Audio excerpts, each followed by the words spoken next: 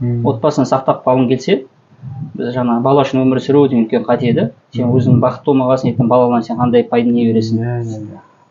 Өсиет, өнеге қандай бере аласың? Сол себептен адам өзі бақытты қылуға тырысу керек. Әйелін, отбасын мысалдарды келтіреді ғой. Жақсы еркек, үлкен жаңағы гүл суарыш бақташы секілді дейді да. Гүлдерін жақсы суарсаң, гүлдің әдемі өседі ғой. Яғни отбасын, әйелін қарасаң әсем болып тұрса, оның бақташы дұрыс адамды, дұрыс қарай алған әйеліне. Егер ол сол затты дұрыс қарай алмай солып қалған болса, су құю деген махаббатты көп беруді мәселесі, немесе оны аз беру мәселесі. Оның шамасын да білу керек. Көп мақтай жіберуді қатесі бар, мақтамай қалуында бір несі бар да. Әйел адамға жақсы комплимент дейді ғой, жақсы сөздер айтты, қуаныш айтып беру. Сен айтпасаң, ертең басқа біреуден естісе, немесе өзің қыздарынан айтқан естімесе, басқа біреудің елене тағылады құлағы. Себебі ондай жақсылық естіп көрмеген.